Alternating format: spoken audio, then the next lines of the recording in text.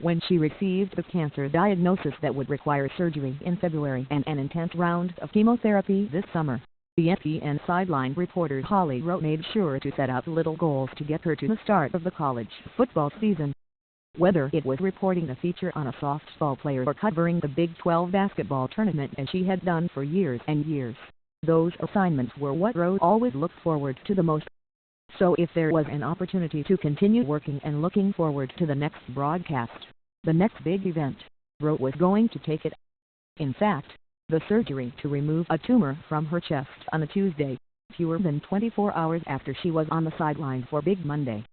The doctor said to me the most important thing in fighting cancer is having a good attitude, so what can't we keep you doing that will make you happy? She told USA Today Sports by phone Monday. When I said it's work, he looked at my mom and my sister like, oh, that's a weird answer. But for me, that's what makes me happy. I love my job so much and they planned around my schedule. It's been a total team effort. Though Rowe is still fighting the disease and has to receive a treatment once every 3 weeks, another step in her therapy comes Sunday when she returns to college football for Texas Notre Dame with ESPN's new primetime team alongside play-by-play announcer Joe Tessitore and analyst Todd Blackledge. "That's my happy place," said Rowe, who has been with ESPN since 1998. "Going through this has made me such an emotional person. I just appreciate everything more. So I feel like I'm crying all the time out of sheer appreciation and being grateful for the moment I'm enjoying.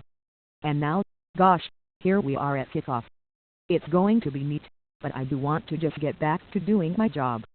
For Rowe, of course, it's always been about the job, which is why she has been universally respected by coaches and her colleagues.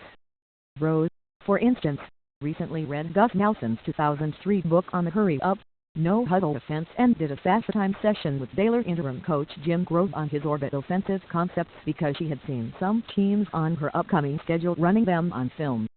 "To communicate with someone effectively, you need to speak their language," she said.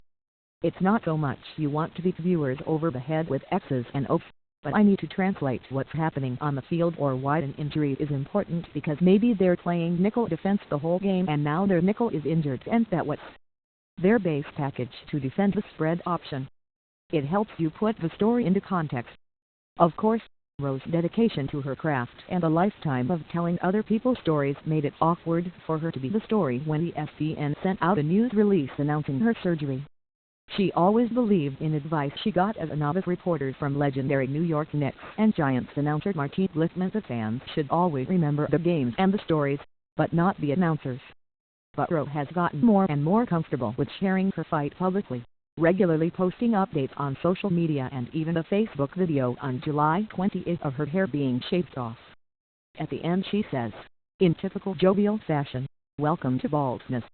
In return, Rowe has found an entire world of support she never knew existed, even in the all-too-often negative space that Twitter sometimes occupies for sports fans. "I've had strangers send me gifts in the mail to help treat cancer," she said. "Someone sent me books when I went through chemo. These are total strangers, and when I sent little messages to say thank you for strangers, a woman said, 'Holly, you're not a stranger to us. You've been in our living room for years and years,' and I just broke down. It's precious to me that people are that kind and loving.